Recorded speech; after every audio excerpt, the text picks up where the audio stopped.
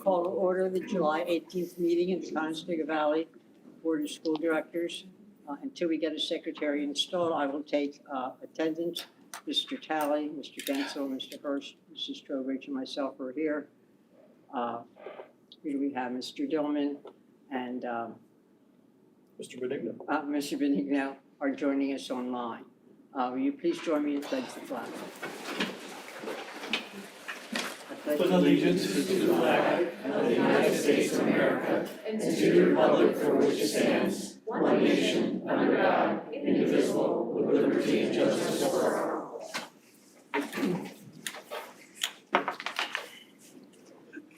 It is unfortunate and happens too often. And there's never enough time to get over the grief of losing one of our students, let alone two. I have no idea how to stop these things from happening, except that I think it's incumbent upon all of us to do everything we can to stay connected with our young people.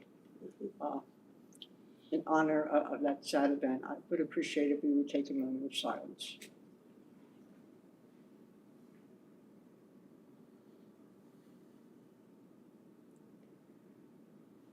Thank you. The board welcomes all in attendance in the boardroom as well as online. This is the only meeting this month, so it will include deliberation of issues as well as votes, some of which are on the consent agenda because they are routine or we have in some way discussed them before. All the documents, as well as minutes of past meetings, are available on the district website. Our meetings observe the requirements of the school code, legislative directives, the original Act 84 Sunshine Law, all subsequent amendments, judicial readings, and our district policies to the best of our understanding and ability. That much said, I would take a motion to approve the agenda. So moved. Second. All those in favor say aye. Aye. Aye, the vote's unanimous. We have to elect the secretary pro Yep. tem. Could I please have a motion to elect Mrs. Martin as secretary per tempore? So moved. Second. All in favor say aye. Aye. That too is unanimous.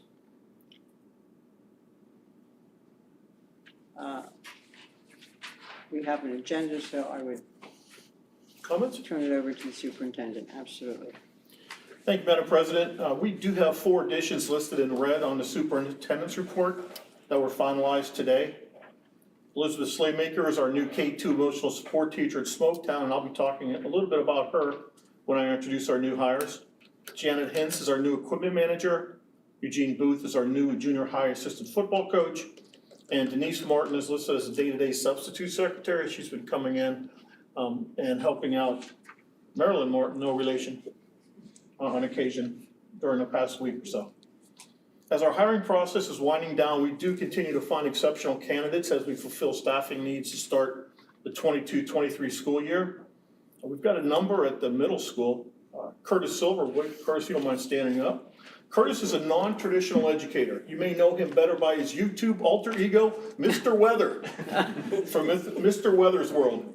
Curtis earned his bachelor's degree in meteorology and broadcast communication from Millersville, and his post-baccalaureate certification in secondary earth science education also from Millersville. He just finished up his student teaching experience at Huskin Middle School and will be returning there this year as one of our first-year science teachers. So welcome back, Curtis. Thank you. I'm excited to continue working with each of us. Awesome. Lindsay Kabachian. Lindsay, stand up, please. Joining Curtis in the science department at the middle school is Lindsay Kabachian. Lindsay earned her BS in middle grades education in science and language arts from Westchester and followed that up with a master's degree in earth and space science education from Penn State. This former Ephrata middle school science teacher has made a wise decision. I'm sorry, I didn't know that came out. Sorry, Dr. Troop, I didn't mean to say that out loud. She has a CV connection, and she was part of the multi-district grant work spearheaded by CV's own Dr. Dan Daniker as part of the Outdoor Leadership Networking Initiative, working with Stroud Water Research Center and the Chesapeake Bay Foundation. We are very excited to welcome her to the CV Middle School family. So welcome, Lindsay. Thank you, and it was Dan Daniker that actually inspired me to come here, so I'm very, very excited to be a part, so thank you so much. Awesome. Jeremy Peters. Another middle school recommended candidate is Jeremy Peters. This is the second time Jeremy has made it to the final round interviews, and this time we were smart enough to offer him a permanent teaching position. Jeremy earned his BS in Secondary Education Social Studies from Millersville University and completed his student teaching at Huskin Middle School in 2021.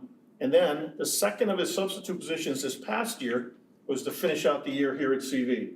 There is no doubt he wants to be a Buckskin. Welcome, Jeremy. Thank you, happy to be here. Thank you. Carson Miller.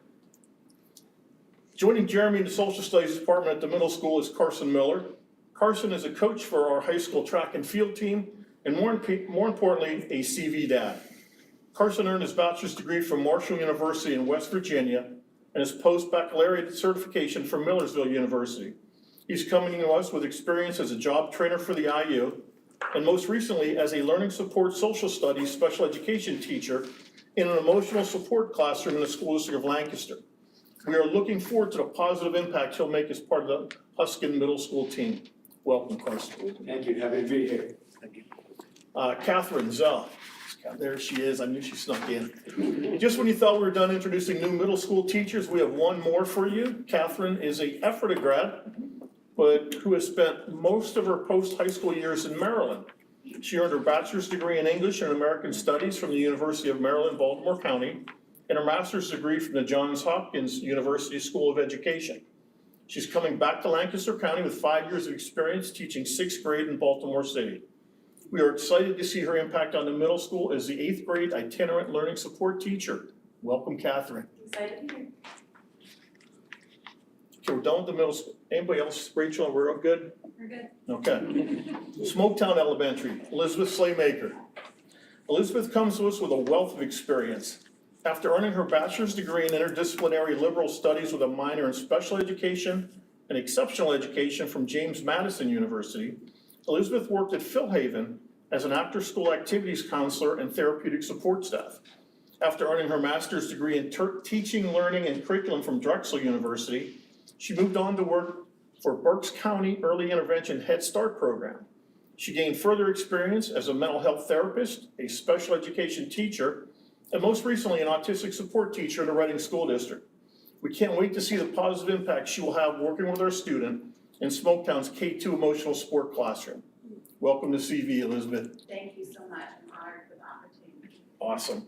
As you can see, we continue to get high-quality individuals to continue CV's tradition of excellence. Okay, now on a side and totally unrelated note, we need the community's help in stopping some trespassing and resulting damage to our softball field and soccer fields adjacent to our current middle school. During the last few weeks, we have instances of ATVs and four-wheelers tearing up the infield of the softball diamond and horseback riders tearing up portions of the soccer field. East Lampeter Police are involved, so if you spot any trespassers, please give them a call. Or better yet, if you are one of the trespassers, please stop. That's all for tonight, Madam President. Thank you. I always enjoy listening to the credentials of our new hires, although it makes me wonder what I wasted my life doing. And I hear the experience of some of these young people. I assume we have no correspondence. You can, she's ready to answer. Oh, that's right, I forgot we only told Any her. correspondence? Do we have any correspondence? There's none. Good job, we're real pleased with you. Are there any board comments on recent activities? Then this is the part of the meeting that we open for public comments. Pending revision of our policy number 903, we're no longer required presenters to state their address. Is there anyone here that would like to address the board? Then it doesn't matter what your address is. Next on our agenda is comments from CVEA. Are there any? Nothing tonight, thank you. Okay, thank you. Any other employee groups that wish to address the board? If not, we'll move right on to our consent agenda, items A through M. Are there any concerns or questions before we entertain a motion? I'd just like to make one passing comment on the applications for the overnight trips. I'm really pleased to see the improved application. It makes us understand that everything is being done properly. So I will entertain that motion if somebody wants to do it. Make a motion to approve A through M on the consent agenda. Thank you. Second. Second, could we have a roll call, please? Mr. Benigno? Aye. Mr. Talley? Aye. Mr. Dillman? Aye. Mr. Gensel? Aye. Mr. Hurst? Aye. Ms. Trowbridge? Aye. Mrs. Groff? Aye. So now you're official, just to let you know.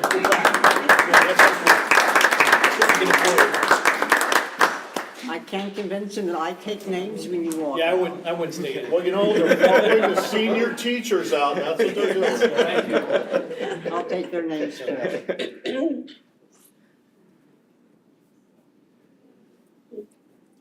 We will move on to our action discussion agenda. The first, we're going to have to make a formal vote to turn Marilyn Martin into our permanent board secretary. So moved. Second. All those in favor? Aye. It's unanimous. Next, item B, I guess, Dr. Z, are you doing that one? The Human Resources Director position? Yep, Phyllis is gonna take that one. Okay. Yeah, so you have attached a contract, so when we've done this in the past, in some instances, we've used PASBO, in other instances, we've used SOS. In this particular case, our interim person is coming from SOS. This is the same agreement we had the last time that we used them. So it should be, it should be familiar to those of you who have seen it before. And we ask for your approval because in the interim, we have already had the person start. She's only here part-time because her schedule will only permit that. But she has already started with us and has been a huge help to us since we've been without a director. Are there any questions? She also worked with us in the past, in other transitions, so it's the same person. Same person? Oh, that's good. Inasmuch as this is a contract, we'll have a roll call vote. Yeah, we should approve it first. Want to make a motion? I approve that we approve the temporary personnel agreement, Second. then we'll do a roll call. Now the roll call vote. Yep, with me. Mr. Talley? Yeah, aye. Mr. Dillman? Aye. Mr. Gensel? Aye. Mr. Hurst? Aye. Ms. Trowbridge? Aye. Mr. Benigno? Aye. Mrs. Groff? Aye. Mr. Appleby, are you next for our agreement with RISE? I am. Make this short and sweet. So, this is an You can make it long agreement. and boring if you wanted. What's that? Said you can make it long and boring if you wanted. I wouldn't do that to you. So this is an agreement for the digital signage software. It's actually been in use for the free version at the high school. I had it in the budget for the new middle school. And then with a thing they're changing this year, they're getting rid of the free option. So I basically had Marty McGall, who was working with me on this, kind of pressure them. So thankfully, they gave us the high school for free for 1 year. So that way, when you look at it, you'll see that it's charged for 2 buildings, but we're only paying Yeah, for I 1. saw that. Yeah. So that's a 1-year deal for now, so just making that aware. But it's digital signage, so that would be all the displays in the athletics wing, as well as the displays in the hallways and collaborative areas at the new middle school. Good. So, but since it's new, wanted to bring it to the board. Who monitors or sets that up and decides what goes where? So the high school was the office and athletics, and at the middle school will be very similar with the administrative office. So we'll set up the technical side, but it's they come up with the content and then they can distribute it. So Okay. Just want to have one meeting. Do you want it approved tonight? Do we need it Yeah, approved yeah, tonight? Okay, yeah. I'll make a motion. I move that we approve the RISE Unlimited licenses agreement. Second. Roll call vote, please. Mr. Dillman? Aye. Mr. Gensel? Aye. Mr. Hurst? Aye. Ms. Trowbridge? Aye. Mr. Benigno? Aye. Mr. Talley? Aye. Mrs. Groff? Aye. Okay, Cool. cool. thank you. Mrs. Hunsinger and I guess Mrs. Heverly Flesher have the next 2 issues. Okay, well, I might be short, but I'm not going to be sweet. It's probably going to be a little boring because we're going to talk about some accounting stuff. To give you a brief background on why I'm asking you for your approval of this agreement this evening, GASB is the acronym for Governmental Accounting Standards Boards, and I lost you guys already with that, didn't I? Anyway, they're the regulatory agency that issues standards on how school districts and other public entities are to record their financial transactions on their audited financial statements. So they issued GASB number 87, which is effective for the 2021-2022 audit year. And GASB 87 states that what we have to do is identify any and all lease agreements that we have, which I think we're going to be pretty lucky on this one. And then we have to run through a calculation to determine the net present value of all the future liabilities for these lease agreements. And I think the only two lease agreements that we're looking at right now is our copier lease. We're in the fourth year of a 4-year agreement there. But I think the one that's going to be a little more complicated is our transportation agreement. So our auditors had recommended debt books. They provide a service, a software that we would have a 1-year license for. This would be the base service for them, about $3,000, and we'd have to provide certain information into this software, and it would run the calculations of all this net present value liability for the auditors and for the financial statements. I want to run through it the 1 year, and then I don't know if that's something that, depending if we don't have any real complicated leases going forward, that maybe we can try to back into some of those numbers, but at least the first year I think we need to.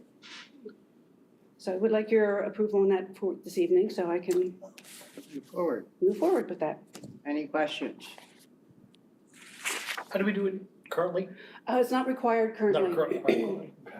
It's one of those unfunded mandates. Okay. I love unfunded mandates. Do you I really? do. Yeah, I think they're really fair. Well, I have a document, I think somewhere in my file is about 5 pages long of Yeah, sure. unfunded Unfunded mandates. Always Single good. spaced. Yeah, it keeps growing. Well, and And actually, more on the way. well, yeah, because GASB 96 is going to be going into effect for the 22-23 year. Oh, And that's identifying software agreements, and we might have to do something similar there, but I'm not gonna worry about it right Well, now. it's a journey.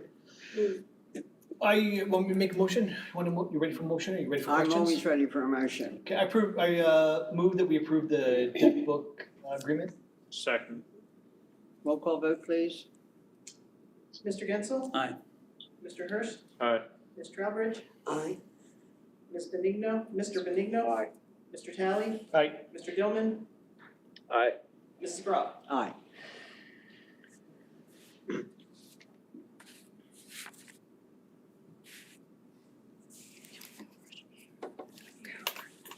Would you want to go first? We'll do the banking investment services. Whatever order you want to Yeah. do it in, it's fine with us. Mhm. We're only half listening anyhow. I knew I lost you after that, GASB All right, half 87. understanding maybe is more like it.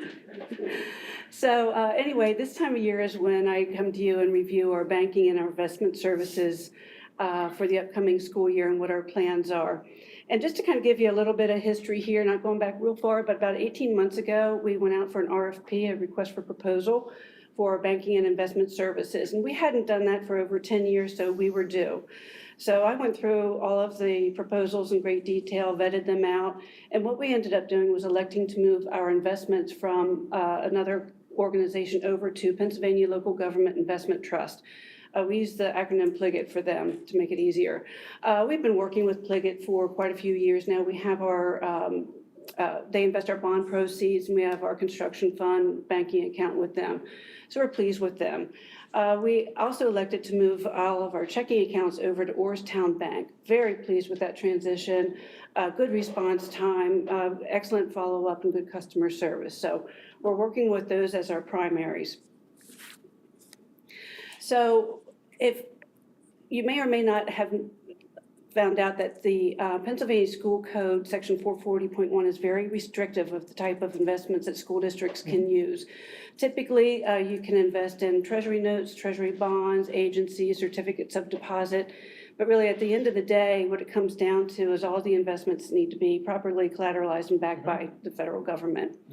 I'm going to talk a little bit later on about Act 10 of 2016, but I wanted to point out here too is that our investment policy number 609 does coincide with the Pennsylvania School Code section 440.1. So also, when we were going through all of the banking investments proposals, what was very important to us, as always, is the safety and security of our funds. So we don't look just for proper collateralization of all of our cash accounts and investments. We're looking for fraud and other security protection services that the banks can offer, such as positive pay, which could identify a fraudulent check that's being presented to the bank. And if they flag it, they notify us, and then we work through that. Fortunately, that has not happened yet. We also have other security features that we find very important, like the multi-factor authentication when you're logging into their secure website, so that you get an email or a text message just so that you can confirm your code and that they know it's you. And then, of course, just having very, very strong set of internal control procedures in place and just daily due diligence with our bank accounts. So as I mentioned, the school code section 440.1 is very restrictive about the types of investments we can use. And back in 2016, Act 10 was passed, and it allows school districts to place their monies in other types of investments. These types of investments include, like, commercial paper, negotiable CDs, bills of exchange. And what that does is, if you looked at our investment policy, you'll see that safety is a primary factor for us. What that does is Act 10 of 2016 allows for a little more risk with the anticipation of maybe a higher rate of return. So that is something up to you as a school board that you need to determine which direction you want to take. If you kind of go over to the next slide here too, this is just a real simple screenshot where you can see the trade-off between the two types of investment options.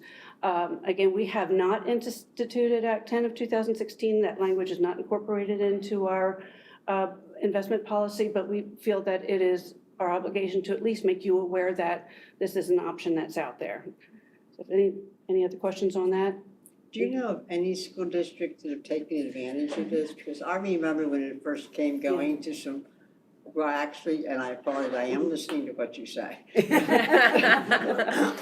Excuse my listening then too, because it's not usually my area of expertise. Right.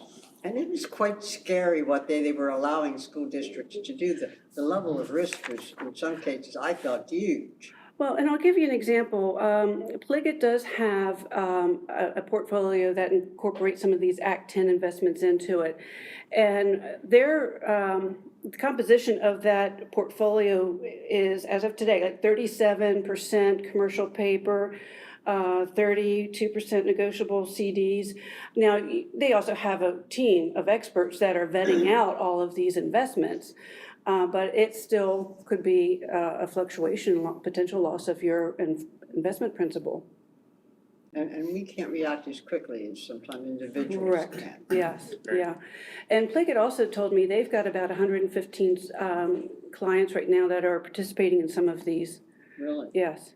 And I think that's the more popular way to do it, as opposed to doing Act 10 investments on their own. Oh, yeah. They're doing it within a pool because there's some safety in the pool to do it that way. I'm always loath to do too much risk with my own money, let alone with someone else's. Yes.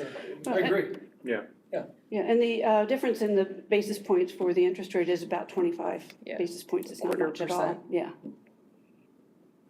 So, okay. What is commercial paper? Stocks. Okay. Yeah. Thank you. You're welcome. Okay. So then also what I do this time of year too is I work on some pretty detailed cash flow projections for the upcoming year. And I share that with our investment reps so then they can invest our monies and kind of stagger the maturities so that it's going to meet our cash needs over the year. And here on the revenue slide, you can see that we receive about 75 to 80% of our real estate tax revenue during July, August, and the first week or two of September. So they're going to be working on investing that money out. And then the rest of the year is fairly consistent for the revenues. If you go on to the expenses, the expenditures vary quite a bit. A lot depends on, like if you looked at August and February, you'll see the big yellow bars, and that represents our debt service payments. We kind of have most of our debt service payments being made all at the same time for all the different bond issues. It just makes it a lot easier there. And then also the months of September, December, March, and June is when we pay our PSERS, our employer share of our PSERS quarterly payment, which is over $2 million per quarter, so. And again, then we have other months that have sometimes 2 payrolls in a month, and that increases our cash needs too. And this year I got to end on a high note. I finally got to show you a slide with the interest rates going up. Last year, it had just like plummeted right before. So that's just to give you a visual on that. So any questions, any comments, any thoughts? There's nothing technically for you to prove, so. I don't think there's anything to approve. Yeah, it's fairly We- consistent we year after appreciate year. anyone who's willing to spend the whole day dealing with these numbers. Yeah. Thanks. Thank you. So the other presentation that we're gonna do tonight is a brief update on the state budget numbers. And we're gonna do this in 2 pieces. So we'll talk a little bit about the numbers from the state and then what that means to us. And then the second piece, we'll be talking about some more policy initiatives that were passed in the school code bill.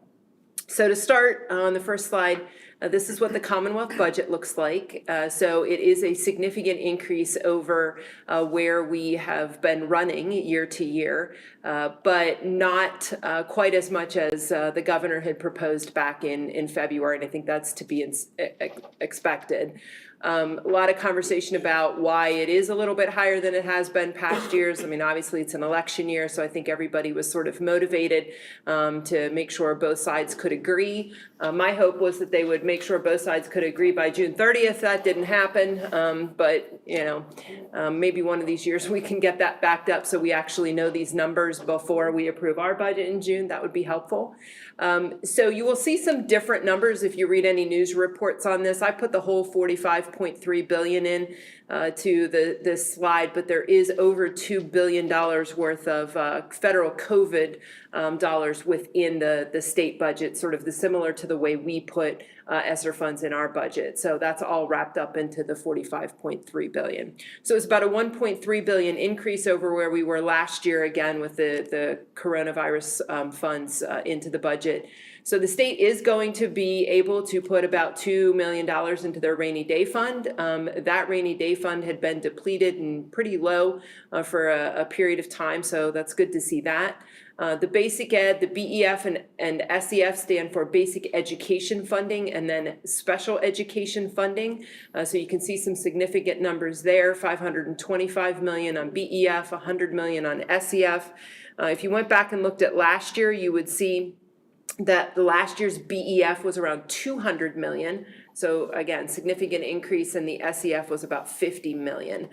So we'll eventually get to a slide where I'll show you what it means to us, but definitely much larger numbers than we were expecting to see. So with this increase in the basic education funding formula, we will now have about 20% of the total revenues that come through that formula coming into the new formula as opposed to the base that was there before. So we keep chipping away at that number so that hopefully at some point in the future, all of the money runs through the new formula. And then one of the things that the Commonwealth budget did last year that happened again this year was this level up supplement, which basically takes approximately the 100 bottom districts and tries to give them a little extra boost to bring them up because they don't get as much funding as some of the others. That number was about 100 million last year, so you can see it essentially doubled from last year. With special education funding, the formula is a little bit different there. Adele and Sarah, when they did a budget presentation for you a couple of months ago, talked about the different categories. So each category has a dollar threshold to it of where the students fit. And then there's a multiplier assigned to it, and you can see that the multipliers were moved in some cases up with category 1, or in other cases down to distribute that money out. So you can't exactly take a nice formula and just say, here's what your special ed funding is going to be. You have to know how many students we have in each of those categories. The Ready to Learn funding, which is a kind of ad hoc grant that sort of gets added on top, is a $100 million increase this year. It was only about $20 million $20 million last year. And then I'm gonna sort of skip the PCCD for a minute because we'll get into that when we get into some of the details of the budget. On the next slide, you can see some of the other less significant funds that hit the school budgets across the Commonwealth, CTCs, early intervention, and the PSERS numbers aren't that much different than what you've seen in the past. The pre-K counts number was up, it was about 25 million last year. Head Start was about 5 million last year, and the transportation formula actually started at $100 million deficit, but needed to be increased. That is driven out by a formula as well, so they had to put some more funds into that to make it work and make the formula produce the number that it needed to. The state did fund PlanCon in this budget, but the PlanCon that's funded is not for new projects, it's for existing projects that are already in the pipeline. So even though there's an increase there, it's not something that, districts who don't already receive funding are going to receive additional funding out of that line item. So the next piece there that you see, Dr. Z, if you want to go to the next slide, what it means for CV. You can see the Commonwealth budget numbers. And on the left-hand side, I put in the 21-22, so you can see the final Commonwealth budget and then our final budget. And then the two columns in the middle show you what the governor's budget looked like and what our preliminary budget looked like. And then the next two columns show you what the final budget looked like and then what our final budget looked like. So when we've been going through the budget process, I'd come back to you at one point and we had a pretty significant deficit, and I felt pretty comfortable that there was going to be, with the governor's budget numbers, the way he laid them out, there would be something there. Just the question was, the number he led with was so high, it was hard to tell what it would be. So we went about $500,000 more on the basic ed funding line item there, and actually ended up getting closer to $900,000. So we are positive about $350,000. And then if you slide down to the special ed, again, the number there was more significant than what we had anticipated. So we were projecting something to be about 1.9, came in a little bit ahead of that, so about another $50,000 there, so about 400 over the two. And then again, the way I did this a little bit weird, but I wanted to show you what that other grant produced, the $327,000, and that's coming in two pieces. And again, I'll explain that when we get to the slide that shows that, which I think is the next slide. So then kind of to break from the numbers and focus on the school code. And so every year when the Commonwealth passes a budget, they do the appropriations piece, and then there are policy pieces that get rolled into the school code of 1949. So that'll be Act 55 for this year. And the order of these aren't really related because there was, if you remember last year, there wasn't a lot new that was put into the school code. This year was an entirely different story. And again, I think sort of with the negotiations on the appropriation side and the budget numbers moving, provided for an opportunity for some folks to kind of get some policy stuff at the table as well. So Special Education Funding Commission has been out there for a while. They are going to be required by January of 2024 to reconvene and look at the formula again and see if there are any adjustments that need to be made to that. So that's just the commission. We'll kind of watch that, see what transpires there, and we can report back to you. I've said a couple of times now, there's this special pot of money for safety and security, and it's really coming in two pieces. So essentially $100 million for the mental health and safety portion, and then another $100 million for physical safety and security. And they sort of had it broken down in that the way each entity is going to receive is going to be, for schools, it's a base of $100,000 and then an additional amount put on top of that based upon your ADMs. So for us, each of those numbers would be about another $63,500. So $163,500 for each, which totals the $300,000 that I had on the previous slide. So this was new. We didn't know this money was coming. I think you'll see it's a reaction to obviously things that have been going on across the country. And So we're gonna have to sit down and come up with a plan as to how to spend the money. The application for these funds will not open until August 1st, and they're only gonna give us 30 days to do it, or 31 days to do it. It'll be due the end of August, so we'll be dealing with that, I would assume, at the August board meeting. The next slide then, and again, in no particular order, in that same safety security theme, a number of years ago, the state told us we had to have a safety and security coordinator designated, has to be a district level, a person with district level responsibility. You know from us just going through our safety update for you last month that that's me. And so now, in addition to the other parameters that are in Act 44, I'm gonna have to do 7 hours of training annually. And on top of that, there is now going to be a training required for staff annually. And that's kind of broken down into 2 pieces, 2 hours in each of the categories that you see listed there, and then 1 hour more specific to drills and threats and our RVI and those sorts of things. Who does that training? So there's going to be a process in place where folks can become providers, and I would assume that will run through PDE. They'll decide, who's going to be approved as a provider or not. Members. And they'll probably be able to do that online then too. I would think it would be, either online or in person or both.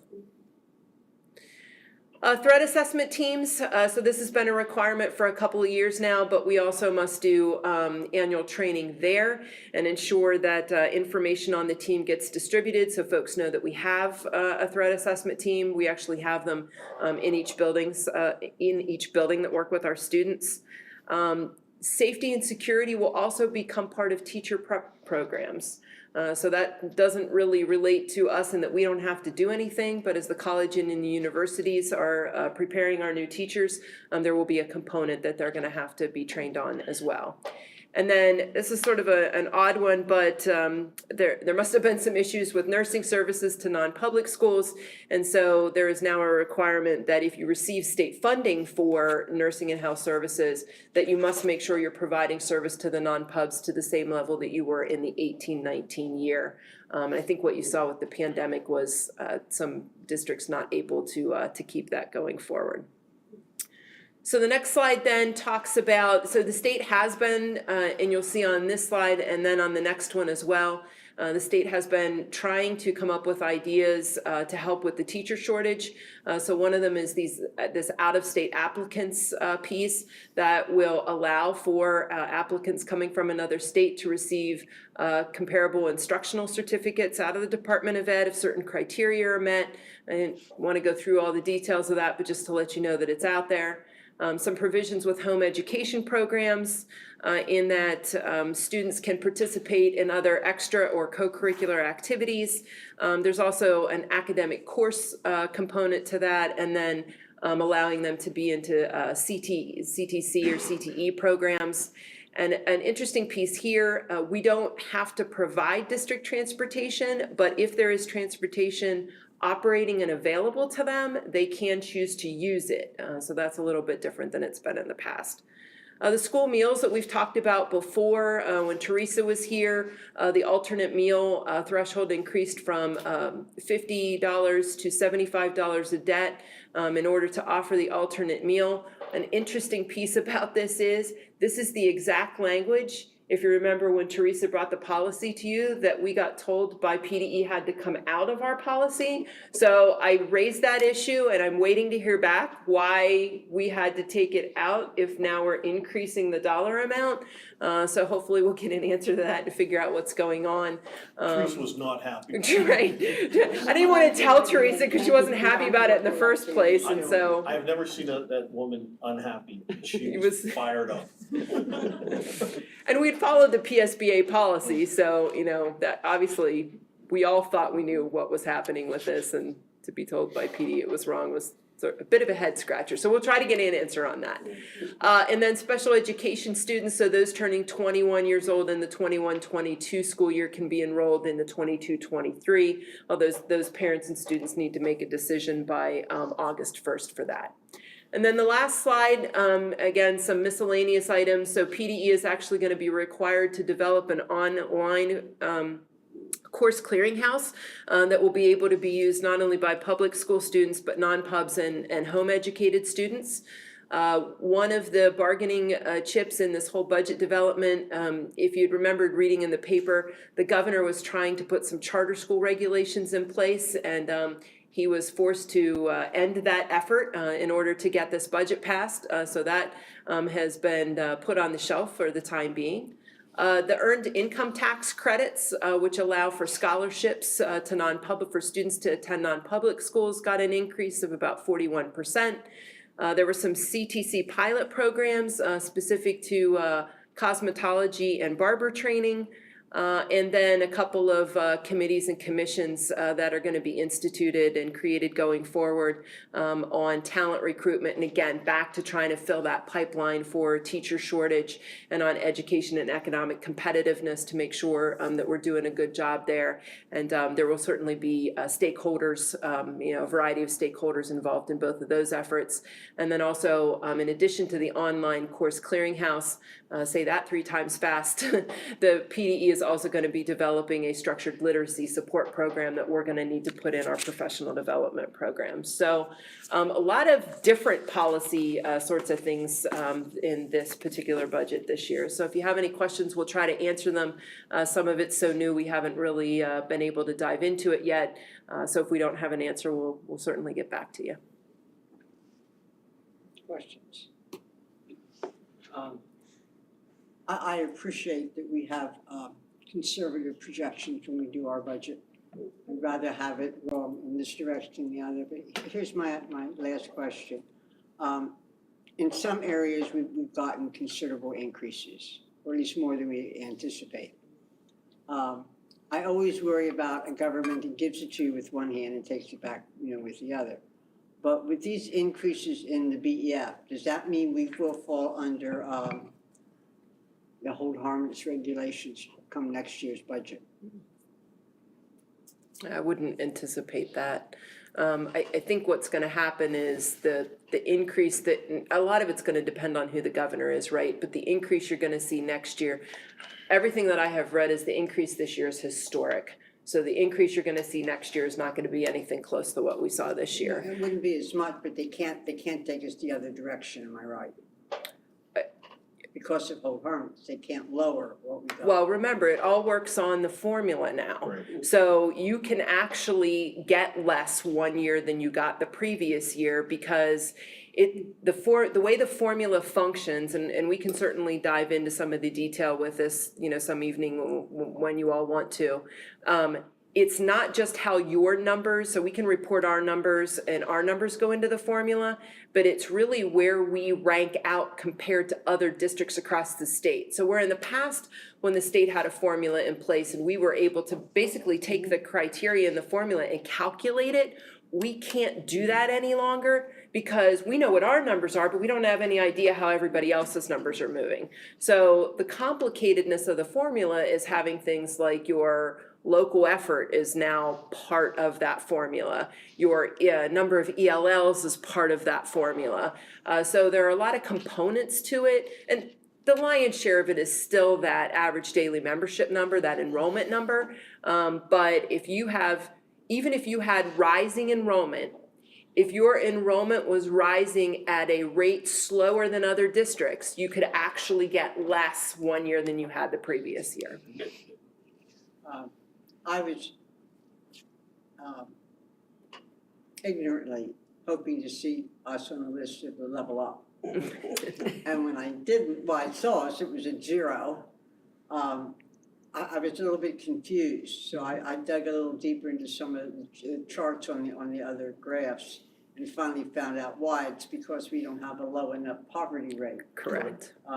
Even though the reimbursement, is still the same because other districts have more trouble raising taxes. Correct. We still are down Even though that we're low. underfunded by the state. Yeah, it's a function of that and a function of our relative wealth in comparison to those districts. Yeah, it knocks us out of that, yeah. Yes. which is frustrating when Okay. we're ranked as low as we Yeah. are for state And funding. I assume Yes. when we were ranked that low, there was going to be something in it for us. No, we didn't get any last year for that either, so. Now, the increase in funding that we get, does that mean we'll take less out of reserves than we had planned? Well, you know, the spending plan never exactly ends up at the end, what it's gonna look like at Yeah, the I know. beginning, but yes, our plan at this point would be, now, remember, we had a couple of positions that we had to add late in the budget, so this gives us a little bit of relief. For that. Now, one of those, we're still waiting to hear on a PCCD grant for the Oh, set that's right. specialist, so we'll see how that plays out. But it would help us cover that, and then again, to your point, we did build that budget using more reserves for the 22-23 year than we've used in the past couple of years, so by about $400,000, interestingly enough. So yes, if it all played out the way we are projecting it to be, we could use it for that. I found it interesting in a local news show that when the budget was passed, they said now local school districts can do their budgets. And we That were was on the already very done. same day that I got my tax notice in the mail. So we had already done, I mean, it would help if these Yes. people that report to the public would explain to them how this works. Yes. It would actually make more sense if they did theirs by May 30th. That way we would be able to fold any increases in Yeah, for June. yeah, that But would have helped. Well, I'm worried right now about what they might do with the primary date. yeah, well, correct. Yeah. That may really mean us budgeting a lot earlier than. Budget to what, January or February? Well, yeah, because you know how it feels when we're doing it on those presidential election years anyway. It feels like we're Yeah. doing it almost too early. So to even come back further is gonna be interesting. Okay, any questions? Okay, thank you. Yep. you guys. Christopher, are you up, sir? Yes.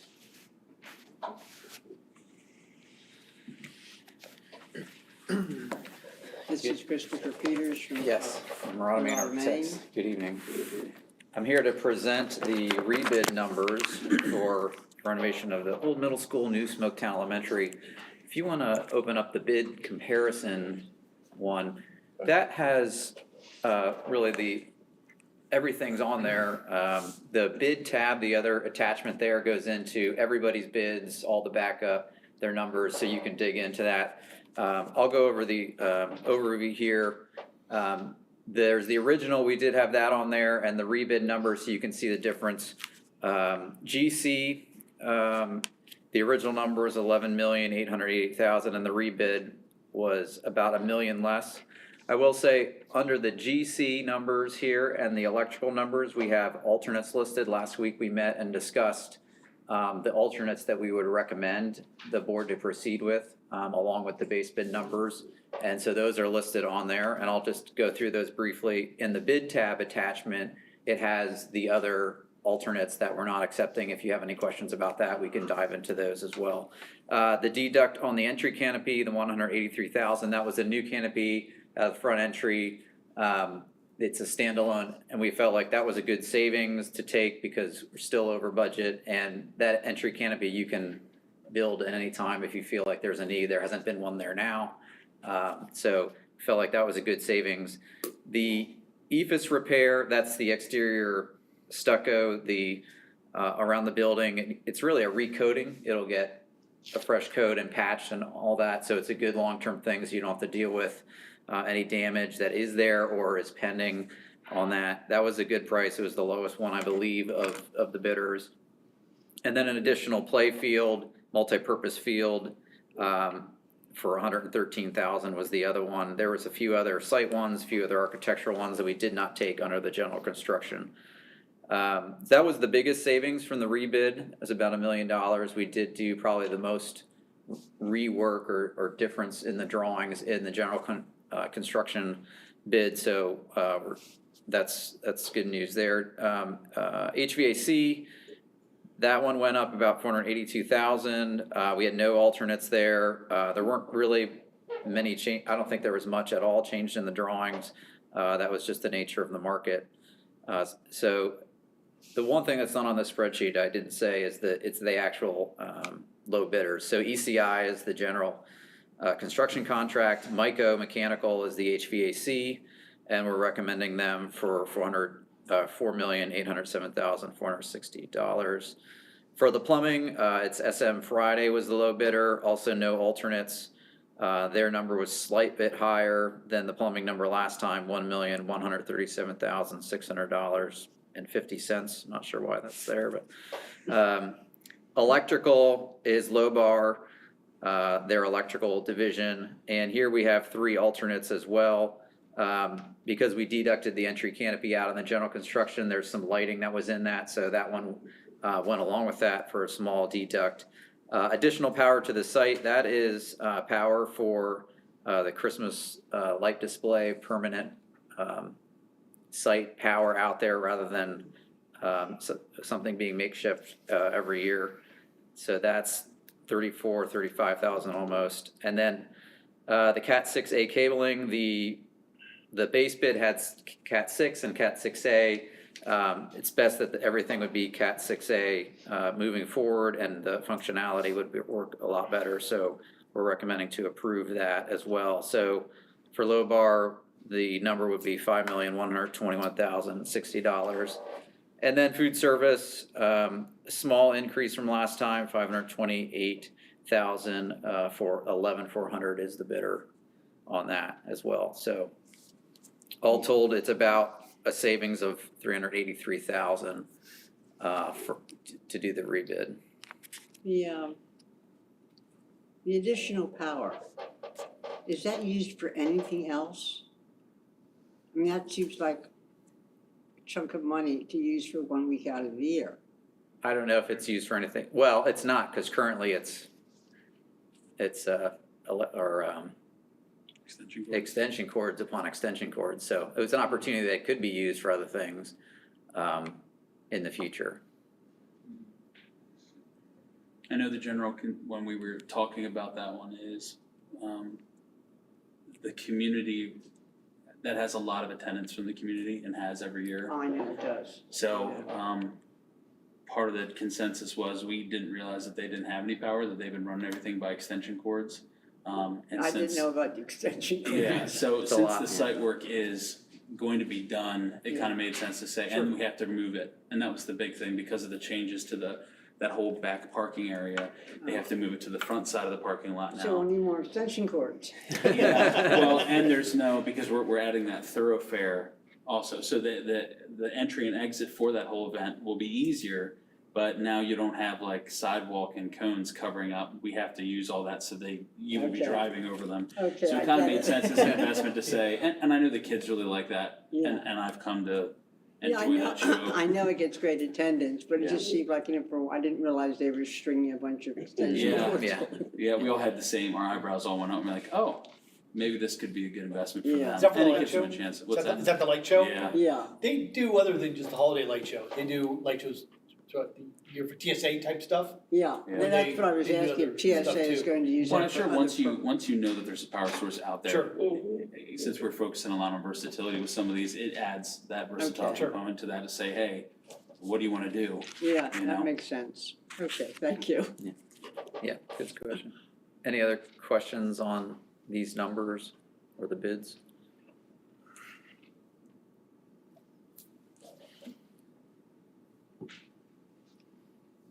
We're all quiet.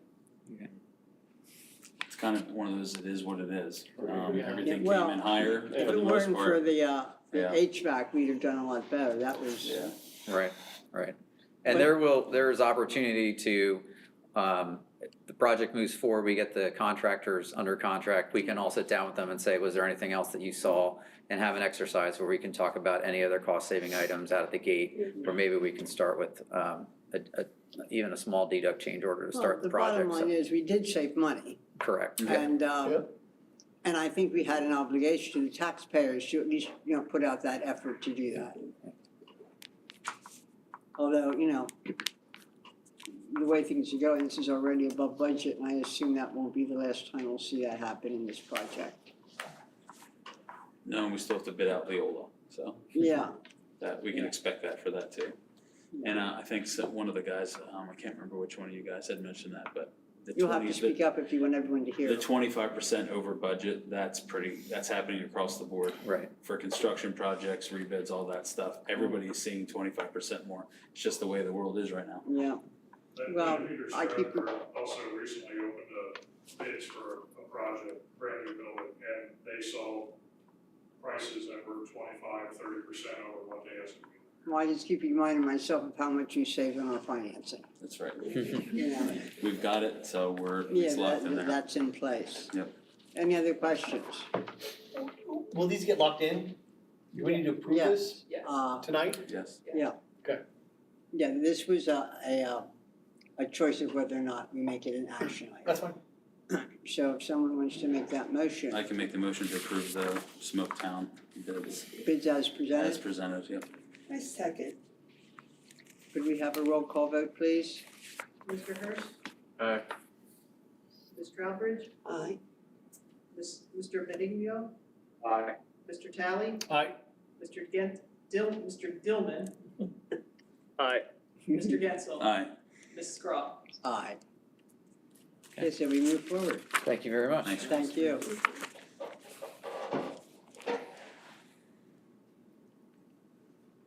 Okay, our next item is at the request of Mr. Talley and the approval of the rest of the board. I was going to make some introductory statements, but I think it's best just to let this go where it goes. And I'm going to turn the whole thing over to you for now. You wanna make some introductory statements first? No, well, basically, I don't know that everyone here, especially the newer board members and the people that might be listening online, understand how policy works, that we don't have as much control over policy as we might like. The authorities that we work under, I decided to check, I'll never do that again. I decided to check all of the listings and the footnotes for this policy that referred me to other policies. I ended up with a list, space and a half to solid page, of all the authorities that we have to check to change any one of this policy or the ones closely related. Of our own policy, there's about a dozen that all are connected to this policy. So if we change any one of those, all the rest have to be checked. And these issues that we deal with, I had a communication earlier this year that this wasn't law. And I think we need to understand that when either the federal government or the state government allows any of its departments or bureaus to establish regulations, they have the same weight as law. That includes our own policies, where the school code allows us to establish certain policies and sometimes demands that we have certain policies, and they have the same weight as any law because that power is handed down from the legislature. And it can be difficult. They often give us policies to pass and then don't tell us how to implement them. And then at the end of the day, everybody's policies are challengeable. They're enforceable when we pass them, and they're challengeable. Now, challenging them gets to be a long, time-consuming, and sometimes expensive issue. But until they're challenged, basically, we have an oath to follow those laws. So we're in a funny position on this particular one because there's so much still up in the air. We're in the early days of it, and Mr. Talley felt that we should review it and consider if we want to touch it or not. We have a couple options, but one of the interesting things I thought when I was thinking about this, did anyone read the LMP article about our athletic director, Dina Henry? Yes. In LMP, really nice article about Title IX. And it was about inclusion and how she felt that in her career path, that Title IX helped her to become an athletic director, in essence. And it was really just an interesting article from a CV perspective, from her perspective, and the perspective of inclusion. And I started to think about it a lot, especially with the passing of Ruth Bader Ginsburg, who I think was a visionary, an absolute awesome just individual and had it so right in so many ways. But I didn't realize that the first woman to run a marathon was in 1967. Women were barred from running marathons because the powers that be felt that their bodies were too weak to handle the length, the distance of a marathon, until Catherine Schweitzer used her first initial in her name and ran a marathon and proved everyone wrong. My wife graduated from the Naval Academy, and the first graduating class of women in the Naval Academy was 1980. So it wasn't that long ago. So I take inclusion very seriously, very personal, especially when, I have two daughters myself who want to shoot for the stars, and I support them to shoot for the stars. But this is where it gets a little bit gray. And one of the things I'm trying to do is try to be forward-thinking and try to be ahead of the curve where I can be. Because when something unique or something different happens, Mrs. Groff is great with this. We always go, what does the contract say and what does policy say? First off, I don't want to see an email. I don't want to see a phone call. I don't want anything. I just want to read word for word what the policy says, because that's what we go on from that perspective. When it comes to policy 123, it's not very, it is lengthy. It has a lot of different things in there, and it references state and local law is what, our federal and state law is what we will follow. When it comes to gender identity, I couldn't find any federal or state law. There's things that are being proposed through the legislature, such as the Republican state representatives trying to pass the Protective Women's Sports Act, which would put this all to rest, but the governor vetoed that act, so we're now back at square one. I saw that the Biden administration tried to put policy through to allow transgender males, females to use the locker rooms of their identity. So meaning, i.e. boys could use girls' locker rooms to shower and to change. Sports and that kind of perspective, and that was blocked. So there's a lot of noise out there at the federal, state level, et cetera. But when it comes to our district, and let's just kind of put it within these boundaries, we have a policy that references federal and state laws, but we also reference PIAA, which is the Pennsylvania Interscholastic Athletic Association. And there is a statement about transgender in that. So I've been doing my homework, and I'm gonna read it if you don't mind, because it's just one sentence. It says, where a student's gender is questioned or uncertain, the PIAA will accept the principal's decision as to the student's gender. And that's PIAA. Okay? So that doesn't really reference anything other than our school principals can decide if a male could run women's track, or if a female can run male's track, et cetera, vice versa, depending upon their identity. Back in 2007, in this policy, we did have language that was taken out. Honestly, I'm not sure why, probably because we referenced law, and probably because we referenced PIAA. And it was a sentence, and I'm just gonna read it out loud, but this is what was said in 2007. Conestoga Valley School District hereby limits participation on girls' interscholastic teams to female students only, and participation on boys' interscholastic teams to male students only. And it was that sentence. But where it gets a little gray is, what is a boy and what is a girl?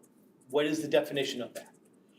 We did not reference one, and we did not have one. Now, you can take a look from a precedent standpoint where a biological girl can be on the girls' team and a biological boy can be on the boys' team, et cetera, but that's not written in the policy. But the policy just says boys, girls on their teams, et cetera, without really listing what that is.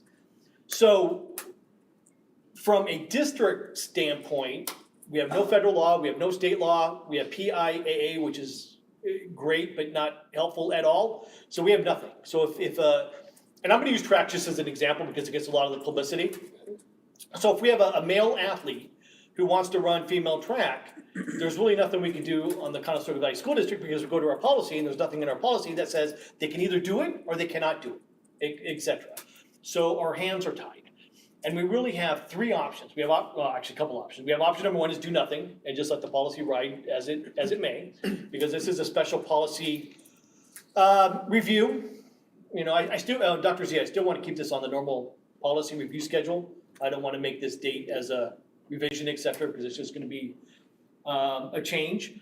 Or we can add, I'm not interested in doing a new policy, or we can add language in our policy that references gender identity. And how do we want to manage it, so that way we know what the expectations are, and we know what we want to do if, in case this does come up, or it may not come up, not sure. But if it does come up, I'd rather have a policy that we all are in agreement with, rather than dealing with something of this nature when it actually happens, because we have nothing to fall back on. Responses? I definitely agree that I like the idea of being proactive instead of reactive, like, let's discuss and decide it now versus when it's happening. Personal feeling, I think for both safety of students and athletes and stuff, I think it would be a good idea to add terminology in there or whatever, such as in like biological. I think it keeps stuff fair and safe. Anyone else? Thanks for doing all that research, by the way. Oh, Maurice. Yeah. I'm sorry, what? Oh, he said thank you Thank for doing the research. Yes. Yeah, that was Yeah. well presented, so thanks for that. When is this policy on the schedule to be looked at? In 2 years from now. In 2 years.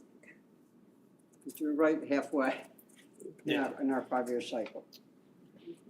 I will add this. In 2007, and I could be wrong about the year, but I think we had a boy who was interested in playing field hockey. And back then, there was a move to establish field hockey as a boys' sport, and I think that's maybe where everything, I don't even know how that was settled. I have no idea. It would make sense. I have no memory of how we handled it. But I will say that back in that time, the term transgender was a foreign language. You know, it had nothing to do with that, because we really didn't start dealing with transgender issues until around 2017. For they really, rose to the surface. You say we have no references. I found in our policies 4 references to sexual orientation that we would respect, and a couple to gender identity, where we recognize it and consider not recognizing it to be discriminatory. We are not consistent at all. Some places in our policies, we only say we will not discriminate. Other places, we list what the law originally had, which was race, color, religion, national background, gender. But as far as law goes, as I said, once a court rules, it becomes the law. And there are specific places where the law has been interpreted to include gender identity. This is my list of all the places you would have to look to find what the law was. This is all the government agencies that have a right to tell us what we have to do and what we can't do. And some of them have had cases in court and some haven't. And although basically I agree, being proactive is really the smarter thing, I don't think it is in this case. Mostly because we don't know where it's going. The law can change every day. Just in today's paper, it turns out that they have shown the rough draft of the new Title IX regs, and we would be in violation. So somebody passes that, and then we have to, because we always follow the law, change our policy immediately. And then a month from then, in some other court case or another appeal, they lose that fight, and then we have to change our policy back because we always follow the law. So I feel, much like I did with our health and safety plan, that if our policy says we will follow the law, when the law tells us what we have to do, that's what we do. To try to decide what they're going to tell us to do is beyond our ability, and it is unusual. I don't remember of another issue where we had to deal with it this far ahead of knowing what was right. And it has nothing to do with whether or not you agree or disagree. As board members, we're entitled to our own opinions, but we're obligated to follow the law. And quite frankly, I have no idea what that is. And I have seen explanations for some of our policies and for some of these rulings. I followed very careful some recent initiatives that have been out there. In some cases, they say, as long as you offer track, you're not discriminating. It has nothing to do with which team. Well, a court of law is going to decide that, not us. And I just don't want to keep going back and forth every time it gets changed. As I said, I can't remember another issue that we had to deal with this far ahead of established law, or where law could change so quickly. And right now, it can change every other day. In today's paper, there was an article on the Title IX. Yet, a court somewhere, just ruled the opposite way. So, where is the curve we're trying to get ahead of? Well, I mean, that's also though, as far as in just saying following the law like that, and with it changing every day, so what? One day they're able to play, the next they're not. Like, so, and that's why I kind of agree with Mike as far as in, hey, here's our policy, and until it gets flat out ironed out in But law. as of that moment, that is the law. In other words, once a judge rules, as of that moment, that's the law. Right, but they, you know, whether it be however executive order or anything, it's not, they're not passing a specific law. Yes, they are. But what, I mean, I'm saying whether it be an executive order or something like that, that then gets challenged, which has the weight of law, and I understand that, but I'm saying, but then it gets challenged, so it puts a hold on it, and then back and Well, forth. it doesn't get a hold unless a judge puts a hold on it. Right, correct, and that's what we're That- talking yeah, about, because but the in judge this is case- ruling, it keeps flip-flopping In this case, back and it was forth. a judicial ruling. So Right. that becomes the law. The law, As of correct. that day, that becomes the law. Right, If somebody wants to appeal it farther, the first thing they have to do is have, what do they call that when they put a hold on it legally? I forget, it has a name. Excuse me? A stay? Yeah, they put a stay on it. There's another legal term too. And basically that means we could let someone play today, and then tomorrow we'd have to take them off the team, right. or vice versa. Or we didn't let them on the team, and the judge rules we should have, now we're liable for withholding services. This is a no-win situation. Everybody's going to lose. Right, 100%, I agree, and that's why I'm saying I think it seems more, I don't know, responsible or something to be consistent versus flip-flopping back, hey, sorry, you can't play today. And then 2 days later, okay, you can play today. Well, that And would the next be- day, oh, no, you can't play No today. matter what we do, that would be the case.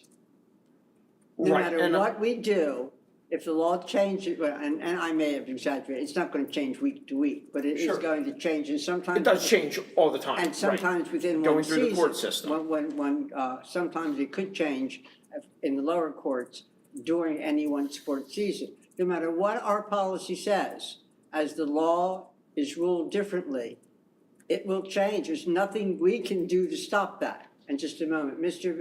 Benigno, did you want to talk? No, what I was going to say is, and to correct me if I'm wrong, is that based per state, or would that be? Depends on the court. You have circuit court, federal circuit courts, and you have state courts and courts of appeals. On both levels, it depends what base they're doing their argument on. I was just going to say, well, there's so much fluidity in this, and there's so much, we don't know what's gonna happen next and what is gonna happen next, and like you said, it can change. I would tend to agree with Mr. Talley and Mr. Hurst that I would rather fall back on a policy that is consistent with what we're got going on right now than have to flip-flop back and forth. I understand both sides of this argument, and it's tough on either side, but I would prefer that we would take the route that Mr. Talley and Mr. Hurst have. Well, so you don't wanna have to flip-flop, but if we, no matter what our policy says, Right. we're gonna have to flip-flop. Well, then, yeah, I understand that as I mean, well, but this I'd rather have a latest one was, policy this I'd rather have a one, policy we this take. one in today's paper was a, US District Court. So that's national. I get what you're saying, but we have other policies too on searching students. What if a federal court says you can't search students anymore?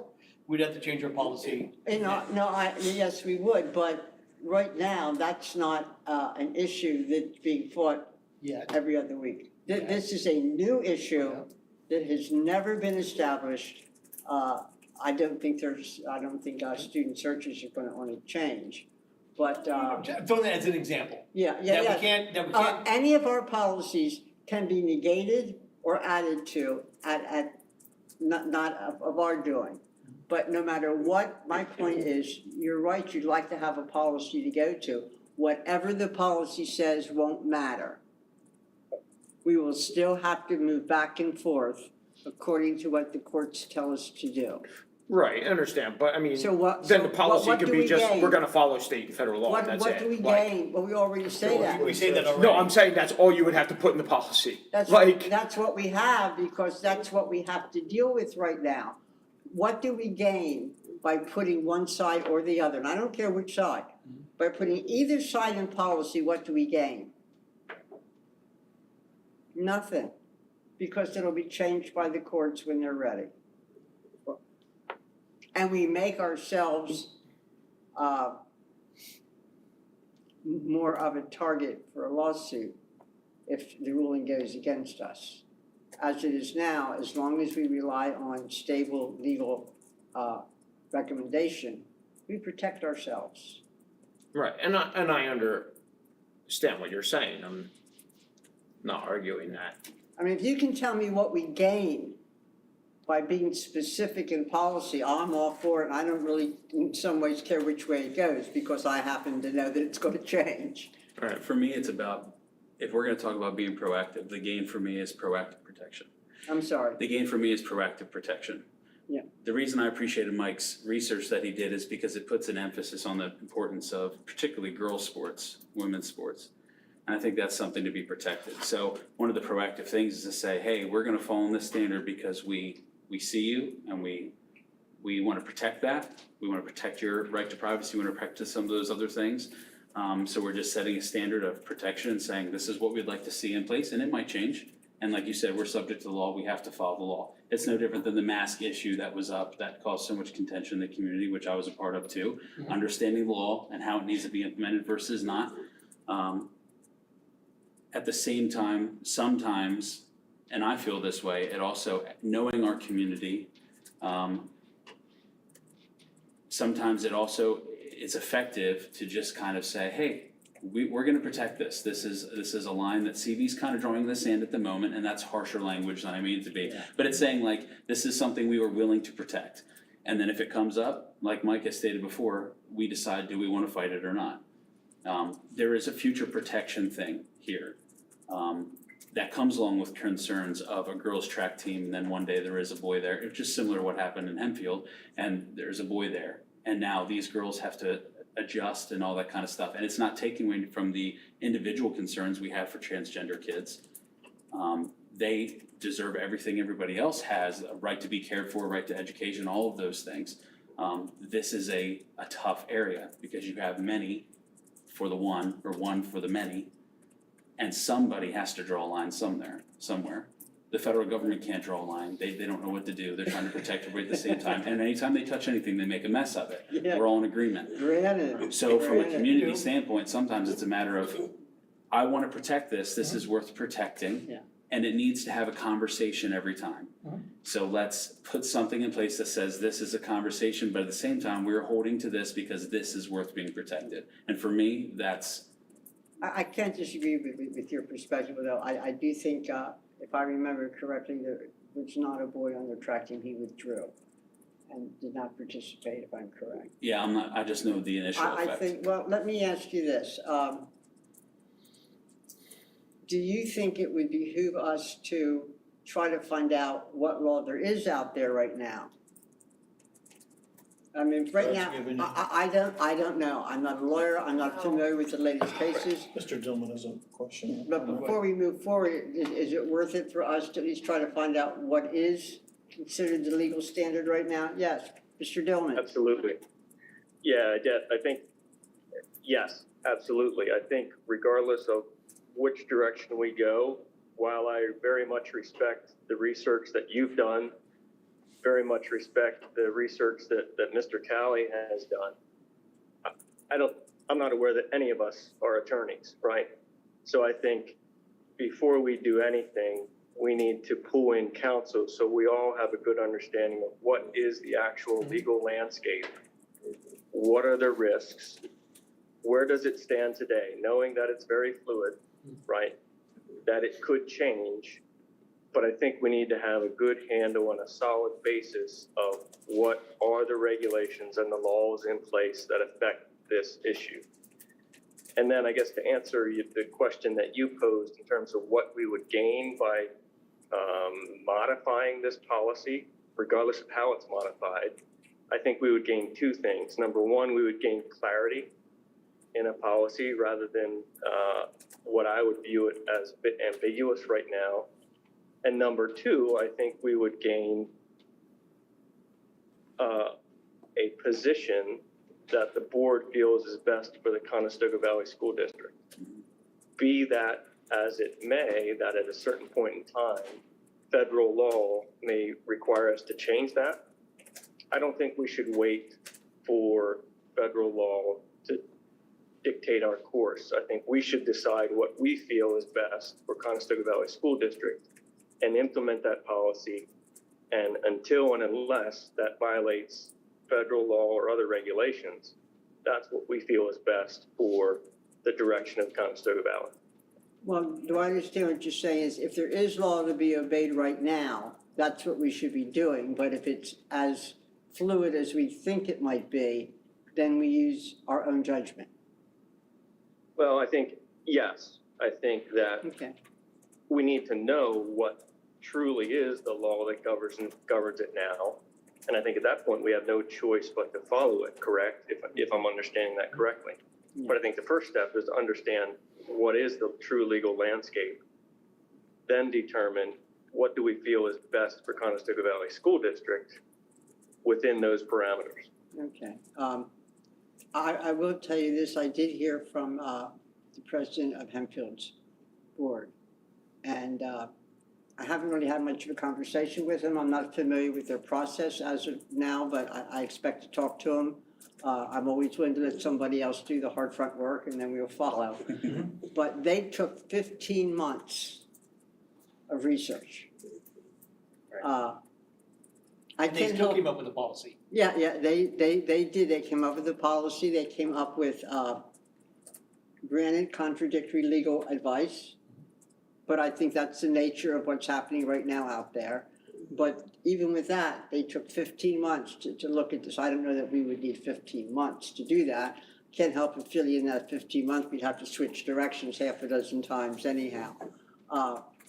But how do you feel about at least stepping back to find out, to educate ourselves with where things are? Fine with that. Yeah, I'm good with that. I just don't wanna write it off and just ignore it, just be like, oh, because it changes all the time, we have to obey it. Like Brad said, I think we should set our standards and let the CV know, what our policy is going forward, and then react according to law. It is one of those things, there was a time when that was not considered a contradictory policy. Right. But things change and we have to change with them, we have to address them. So basically where we are is we will have to come up with a plan to inform ourselves better. Is that about what we're saying? Yes, yeah, that's fine. Phil? And Yeah, Brad, are you in line with that too? We'll come up with some sort of schedule or outline as to what we need to do to get ourselves better informed? Does that work for all of us? That suits. Okay.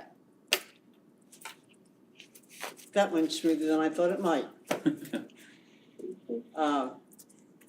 Finance and operations, are there any questions about that report?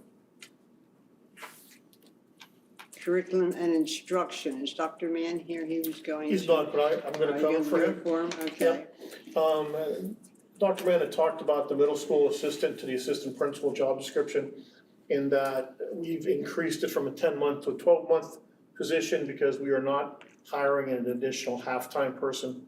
So that's just the updated job description that matches the discussion that Dr. Mann had with us 2 months ago. The induction schedule is there for your review. This is for all of our new hires, regardless if they're brand new to the profession or just new to CV.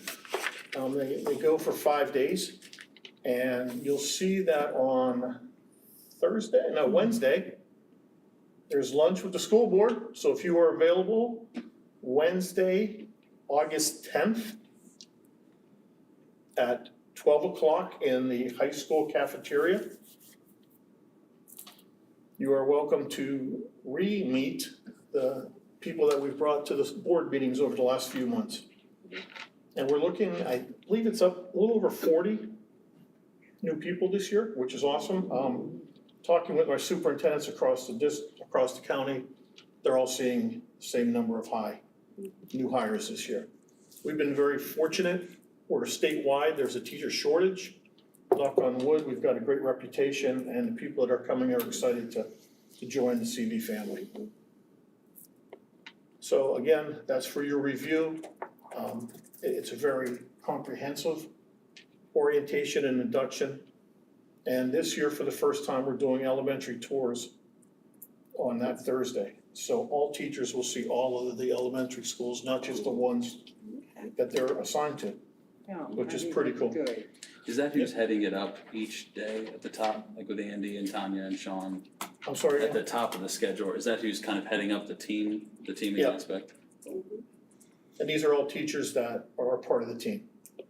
And you probably recognize some of them from different elementary or middle schools or up at the high school with Tanya. Yeah, we don't often give much recognition, but there's always a team of teachers who organize and run this orientation. Yep. And there was a time when it was set up differently, and you could actually go in and listen to some of the orientation presentations. And it was interesting to see, what it is they need to add to the training they've already had. I don't know that all schools do it as comprehensively as we do. No. And this, if you are a new teacher that has not gone through induction, this counts as your first part of induction. And then what we do is assign a mentor to the new teachers, so that's a year-long process.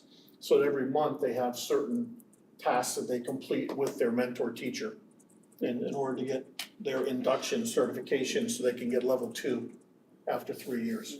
But again, CV has historically done it the right way, and we've just made small tweaks to it.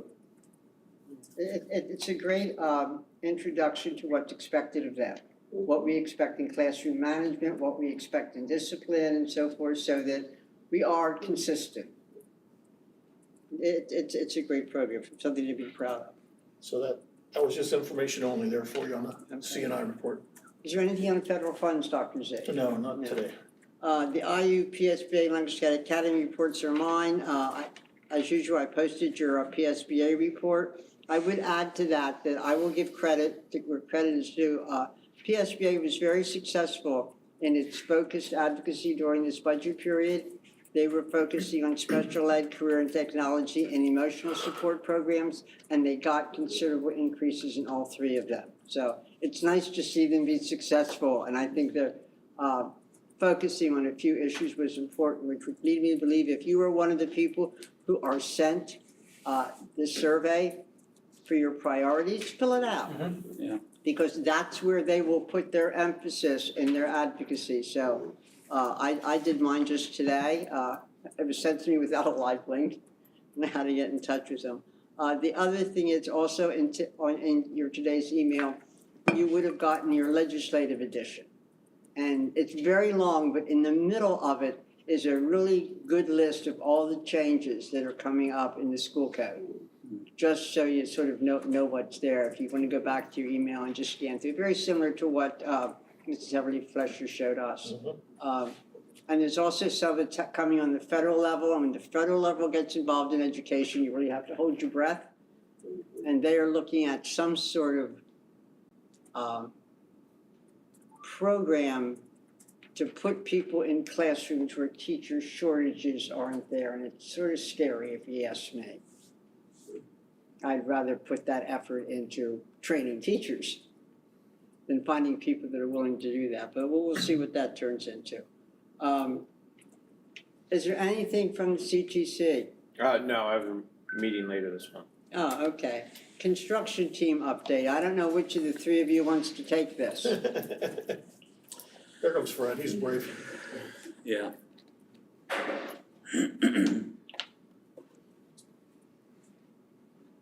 And the new middle school project right now presently is 83% complete. I'm sorry. It's 83% complete. Okay, 83. And again, I base that on the billing. Everything billed to date is, Oh, yeah. and that's progress billing. The concentration of work right now is the site, which consists of curbs, sidewalks, and final grading. The building envelope, which two items there, two main items, and that's the finished completion of the roofing, the metal roof, the metal panels, and also curtain wall. And curtain wall, there are 5 stairwells that receive, that the main part of the curtain wall goes in the glazing. So 4 of those are glazed. And the framework for the 5th one has actually arrived today. The next part of the concentration of the work is the systems. And the systems being the HVAC system, the fire alarm system, the lighting and electrical systems. They are actually, one of our problems was the mechanical labor. Mid last week, they apparently took it seriously and started to add laborers and mechanics to the job. And also over the weekend. So this weekend they actually had 22 men on site, or mechanics on site working. On Saturday, they had 8 on Sunday, or 5 on Sunday, I'm sorry. And they're presently running about 8 now. So that's Is that all helping HVAC? immensely. I'm sorry? Is that HVAC you're talking about? That's HVAC, that's strictly HVAC, yes. Electrically, we seem to be fine with labor. General contractor and his various subcontractors, that goes up and down, but we're trying to monitor that. And then following that is the bulk of work or the finishes. So the ceilings, the flooring, and then the casework to follow that. The goal again is to get the educational pods, A, the administration area, area B, and parts of D, which is the kitchen and serving area, under a temporary occupancy first. So you're saying we've got carpeting in these areas right now? Yes, in the educational areas, yes, in area A. That's a dated picture. All right, let me ask the big question, because August is coming pretty quickly. Yep. Are buses gonna pull up on the front of the school on the first day of school and kids getting off? It is very, very tight. I know it's gonna be tight. That concerns me. Just Yes. as a thought, because if we're putting flooring down on the day before school, we got a problem. Yeah, again, the concentration is to have the educational area, the administration area, and the serving area, which is area D, which also consists of music and art, is to have that under a temporary occupancy where the building can be occupied. We do have, we have plan A, B, and C. Plan A, B, and C? Yes, sir. Okay, all right. We meet again this Wednesday for scheduling for discussions, like a regularly scheduled job conference, but for those types of discussions. My philosophy is so we can probably do without cafeteria and do food Well, service or or, the serving area will be, kitchen and serving area will be, the Okay. plan is to have that ready, but not the cafeteria. okay. If we're just not ready, I just don't wanna open up a new building that we're not ready. That's my only philosophy. You know, I don't wanna have parents coming in for the first day of school and just have it be construction zone process. That's just me. Part I'd of rather. it will be. I'd rather. Yeah. Yes, it will. Yeah, so the Yeah. far I agree with east, that. yeah, the far east end of I the agree with building, that, which but is if the we have tiles gymnasium. hanging down and we Oh, got okay. wiring going on, and We did it at Brownstown. we did, it looked horrible. I just call it as it is. I would It have. looked horrible. I know. I will I tell know. you a Huh? secret, kids can learn in even a horrible looking they can. environment. That's the bottom line for me. If it's safe, Okay. that's what matters. Just throwing out my philosophy. Ugly, I can live with for a little bit. Well, and that's where a lot of our conversation in the last construction team kind of went around that too. And I think we're shifting to the part, especially with crunch time. And the argument can be made that maybe we, should have been there the whole time. But at this point, we're getting close enough where we need regular updates. The community needs regular updates. Any plans that are released from Rachel and her team to how things are gonna go, we need to talk about it here, then release it to the public. So everybody's on the same page, we're on the same page too. And I've even asked for them to come up with kind of like a simple graphic of just a completion status, educational, those three pieces. What did it look like? Just a snapshot that we can do Are we nice and updating easy. it on our website weekly? So we have that too. Are we, Okay. I haven't seen it. Whenever we get the We information. post these exact updates to Updates. our construction page. Yeah, but this is monthly. Yeah, I'm it's saying monthly, we're right. getting closer, We're getting closer, we need to do something a monthly little isn't bit good more, enough yeah. right now. And I expressed that I would like to see a simple graphic done more often. Yeah, That people can go to, they can see, they can go, okay, here we go. And then everybody just stays in the know, because I know we're starting to get Yeah, communication, and people we're wondering, getting what's the close enough plan, where they- what's the plan? Yeah. where they're aware of the fact that it's not done, and to wait 2 or 3 weeks to Yeah. let them know isn't soon enough. And we have some community members that will think of it the day the school started, where they'll be like, Yeah. is my kid going to middle school today? And then we'll have the ones that started thinking about it last year and wondering Yeah. how the transition's gonna go. Yeah. So the best way to meet in the middle is lots of information, so And we I have, think if we we have can do sixth that. graders And going we, in, and I'm sure And new everyone, seventh graders. seventh graders, eighth graders. I'm sure everyone would do their best to have Yeah, it sure. open on time. If it Absolutely. isn't, like you say, there's always plan B and But- plan C. At what point do we put Plan B or C into effect? Because I don't want to do it the last day before school. And I think to the end of this month is kind of, Is that what it is, but because it's like I 2 mean, weeks? once we get to August, that's the point where we Yeah. have to make a decision. And with Rachel and her team, especially now it's a full team that's which is a great thing. I think the response to that's gonna be ready to go. So I kind of feel like I'm speaking for everybody here, but I'm just covering the things that we talked about. And I'm confident, I do feel confident in the process, Okay, all right. so. And I think what we all have to realize is that decision will be made by those that understand how it has to be. It won't be a matter of the board has to vote. We empower those people. We have We do. a construction committee, and we have administrators and construction specialists who will decide. It won't be, gee, how do you want to do this? It'll be, this is what you need to do. Furniture And- still plan to be in that first week in August. My question is, I know at one time we had the feeling we were almost in free fall as far as the schedule went. It's getting farther and farther behind, and we brought in another company to help us with that. Did that help? But certainly it helped everybody, in my opinion, it helped everybody understand in depth the schedule. So everybody was on the have- same page. That's correct, however, that doesn't mean we haven't slipped. Aye. We do continue to slip it as we work through. I mean, there's a lot of components in it and it gets to be a complicated, A lot of moving parts. yeah, a lot of moving parts. So, some move this way and some don't, and they have an ultimate effect on certainly on the bottom line. But It's just that we were getting farther and farther behind so much faster. My question was, it worth bringing this in to get this under control? I think it was a huge help for people to understand where we were at the time and then what we How to can move do forward. to move forward. The labor shortages have just been switching hands. Oh. So when it was one, now it's the other, and Well, I having think- 22 over the weekend is great, because at one point there was one guy on site, so. Yeah. Well, Those are the kind of that's things. that's providing there's good management for that. Right. But still, I but think- yes, that was a big. I I got the Blitz. feeling over the course of this, there was always somebody new to point the finger at. And we needed someone to sort of bring it all together in one place. Well, and it's led to, when we have discussions even about the new bids for Smoketown and stuff, the question all comes up, you know, how do we feel about these guys?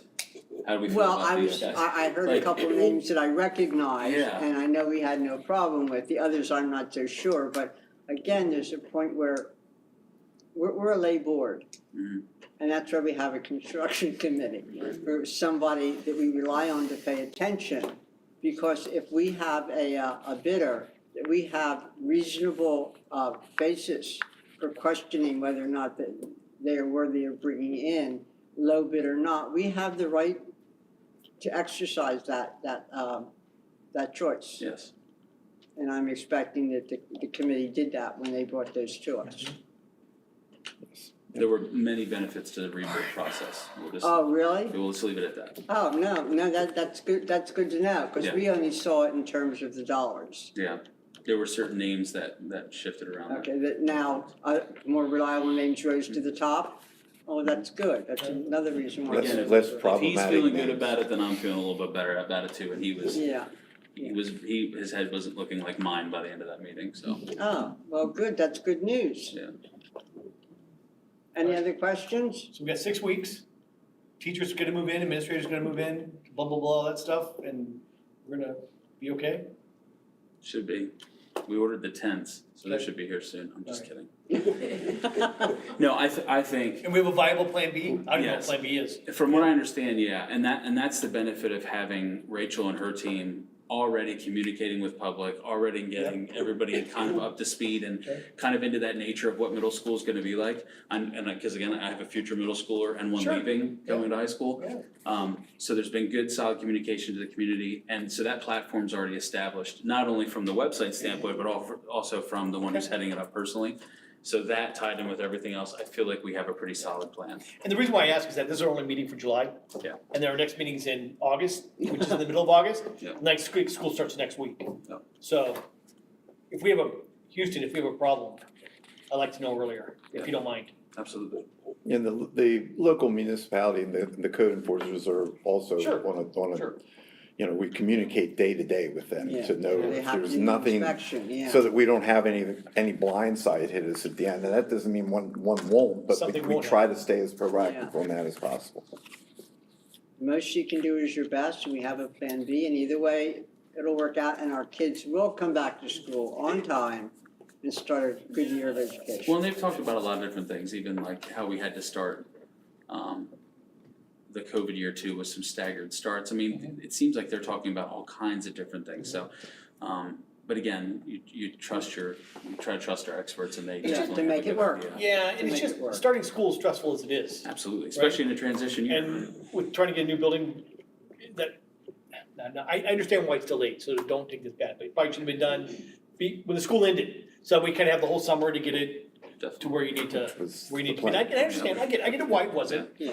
That's why, if it's just not ready, it's not ready, and I'm okay with a semester to, let's finish it right Yes, absolutely. and not rush it. That's all I'm saying. It's like the Army said, It is. it's an adventure. It is an adventure, you know? Although it- You know, but Mike, to your point about plan A, B, and C, that's just what Rachel and the Yeah. admin team, Yeah. the construction side, they've also got plans A, B, and C. So if this isn't done, they've got a portable whatever, so we can get occupancy, so we can get it in. Although we do have to question Rachel's sanity, that she took this job knowing this is She did. what was happening. She She's doing volunteered to walk awesome, into so I'm not, this. and, Carrie said, no problem, we got this thing at the middle school. yeah. Okay. In my world, this is not a Rachel thing to fix. This is Oh, yeah. a board superintendent, construction. She's sort of our customer. No, but that- it's her job to deal with. It is her job to deal with it, but it's not her job to, from a construction I'm standpoint, not construction. she's not, I don't expect her on the road You're not telling the gonna set- we're not gonna roofers set her to up go for faster. Or the middle school. You're not saying. Because Cody's starting school, go faster. Yeah, that won't happen. That's what I'm Yeah, we will never set them up to Yeah, fail. there are, I know. there are two aspects. There's the construction aspect, And there's the practical getting the kids in place aspect. There is, and you want to do it in a positive learning environment. Absolutely, absolutely. Okay, anything else? Then next, there's a list of school meeting dates. I did notice we fixed the November dates. We had that a week too soon before, so if you did your calendar in advance, I think we had it starting November 7th instead of the 14th, something like that. That's been fixed. Any questions on the calendar? This is another time for anyone who would like to address the board. Is there anyone who wishes to do that? If not, we'll go to board announcements. I do want to mention that we did have a retreat, and during that retreat, we took the opportunity to have a short executive session. One, was that the 24th? I say it again.